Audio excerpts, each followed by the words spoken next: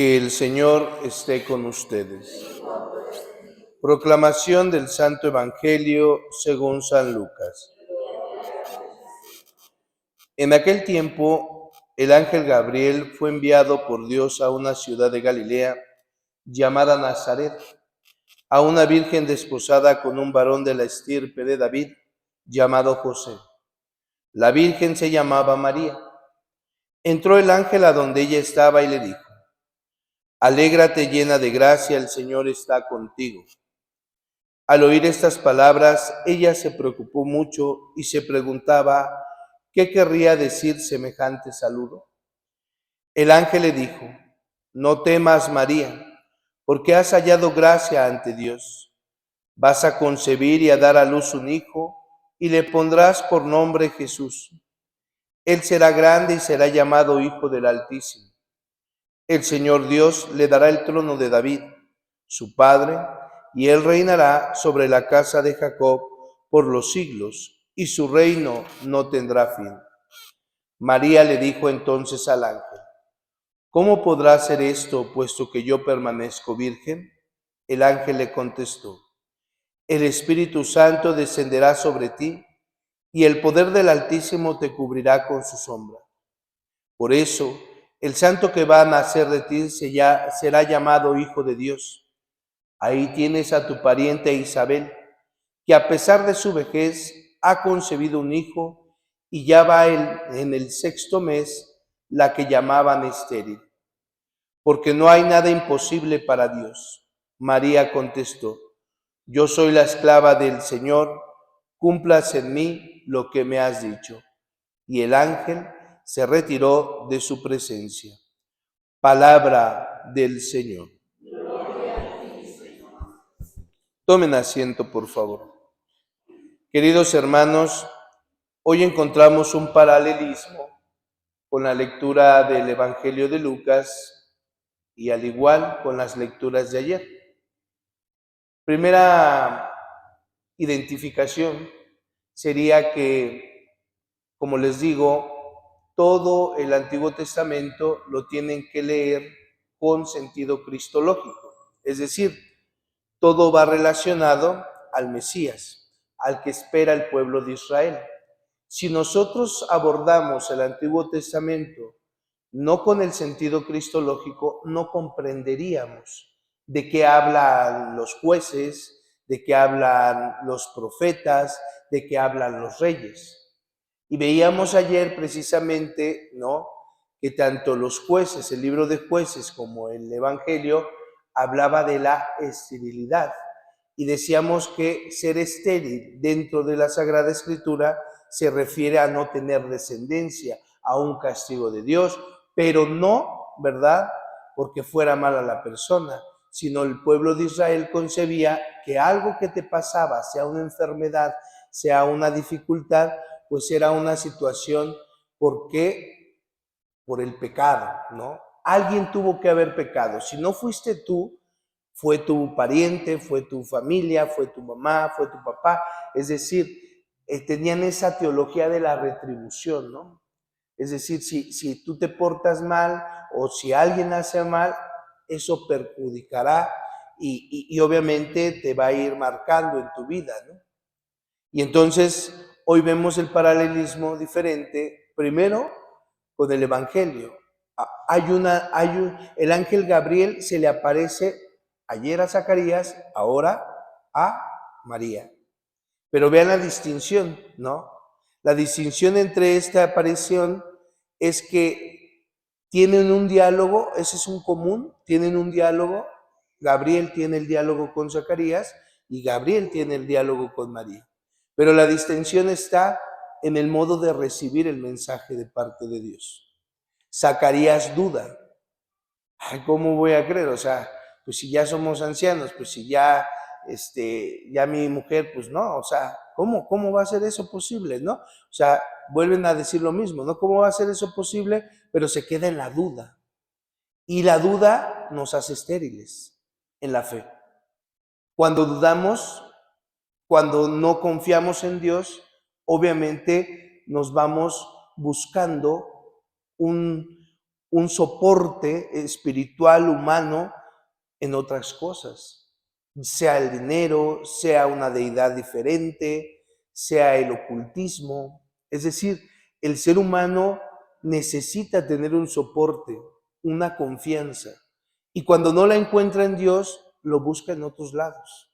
Y cada vez se va alejando más de Dios y cada vez se vuelve más estéril. Pero fíjense, aquí el ángel dice, ¿verdad? A María, a ver, vas a concebir y a dar a un hijo y le pondrás el nombre de Jesús porque va a salvar. Fíjense entonces cómo se está cumpliendo lo que dice Isaías, ¿sí? Isaías ya va hablando precisamente de este acontecimiento que se dará en el pueblo de Israel, porque Isaías es un profeta que habla no por él, sino por Dios. Y vean, por ejemplo, la aclamación del Evangelio, ¿no? ¿A quién se refiere con la llave de David? Abre las puertas del reino. ¿Quién es el que abre las puertas del reino? Jesús. ¿Quién es la llave de David? Jesús. Porque ¿de dónde viene? De la descendencia de David. Por eso, en esta historia de salvación, José dice sí, acepta. José es el padre, ¿no? El padre que acepta a Jesús. Fíjense. ¿Y quién es José? Ya lo veíamos en la genealogía de Jesús. Fíjense, todo tiene sentido. ¿De dónde proviene José? De la descendencia de Abraham, de la descendencia de Jacob, de la descendencia de David. Ahí está el linaje.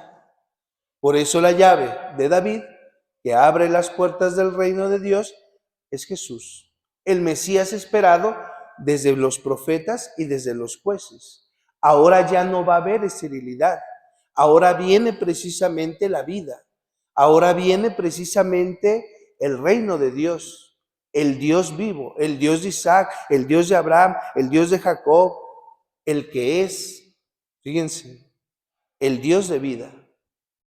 Y cuando se revele el Dios de vida en Jesús, la esterilidad, las tinieblas, el pecado, la maldad, se va a ir extinguiendo. ¿Por qué?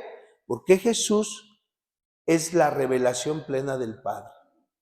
Es la luz que nos viene a disipar las tinieblas de la duda, del egoísmo, del error.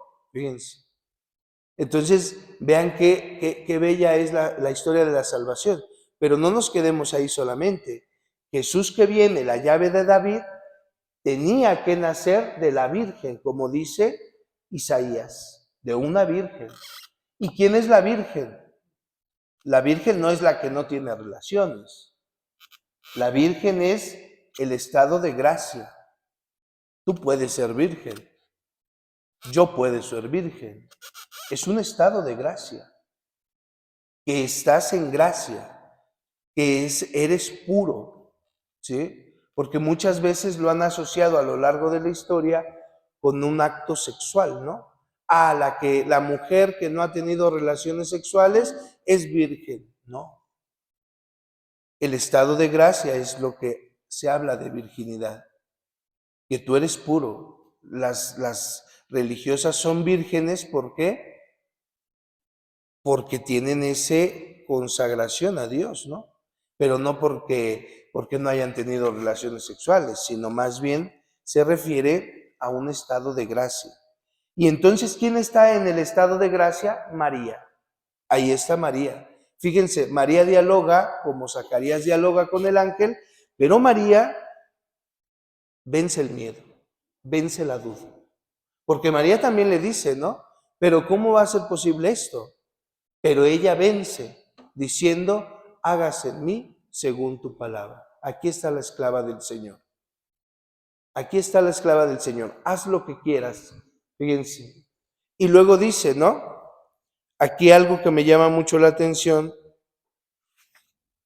es cuando dice, y María le dice, ¿cómo podrá ser esto? El ángel le contestó, el Espíritu descenderá sobre ti. Por eso el santo que va a nacer de ti será llamado Hijo de Dios.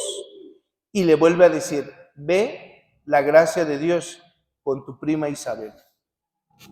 Ve lo que sucedió con Isabel. Es decir, hoy Dios te dice, si dudas de Dios, ve los signos de Dios en tu vida y deja de dudar, porque Dios está presente en la historia de la humanidad. Ve lo que aconteció, le dice a María, con Isabel, porque para Dios no hay imposibles. Y hoy nos lo dice a nosotros. Deja de estar en esa esterilidad espiritual, deja de estar en esa oscuridad, deja de estar en esa insipidez espiritual. Deja de estar en ello. Deja de eso y ponte a ver los signos de Dios en tu vida.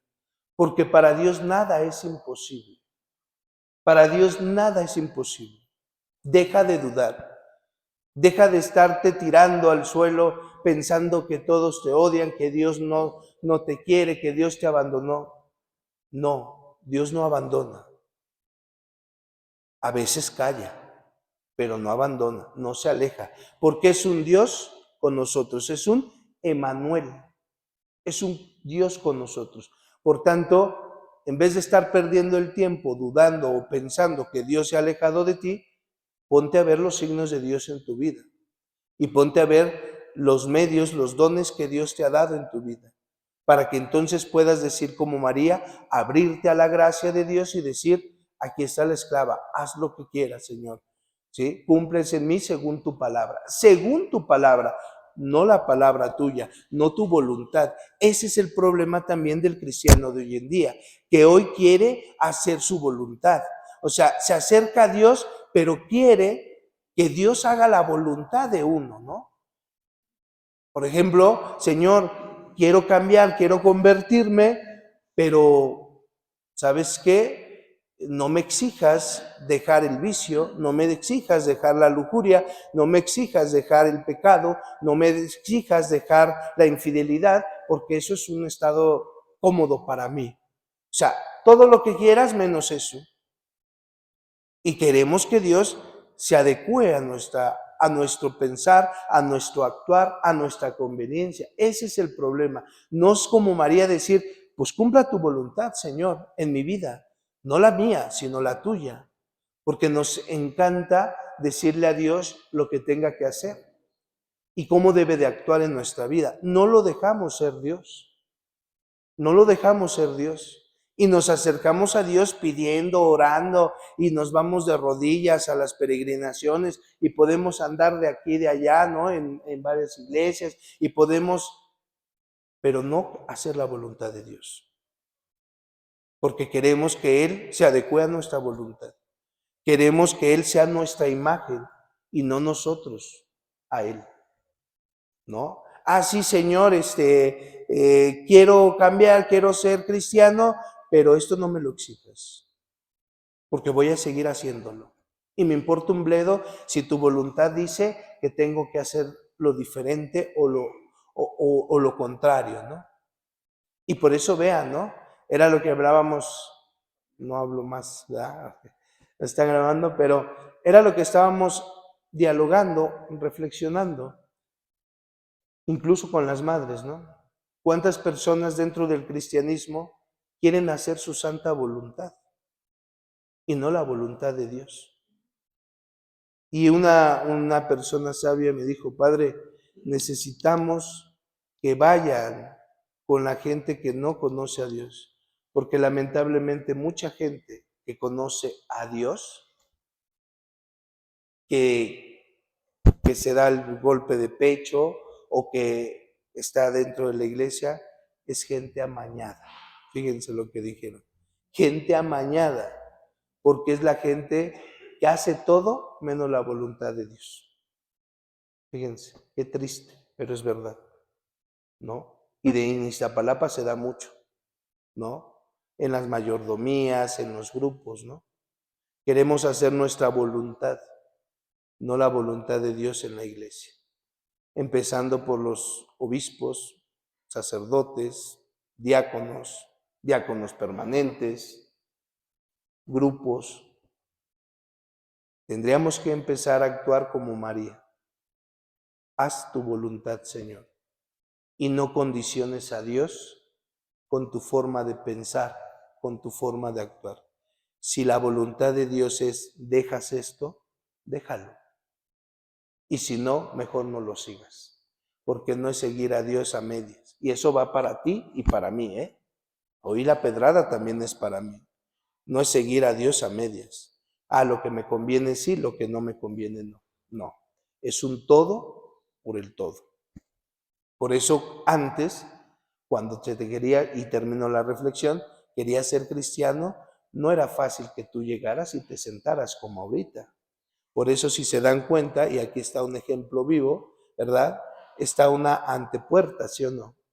Tú no podías pasar para acá, a la asamblea, si no había una conversión sincera, si no comenzabas un proceso de formación. Por eso de ahí los padrinos. Ahora los padrinos son nada más,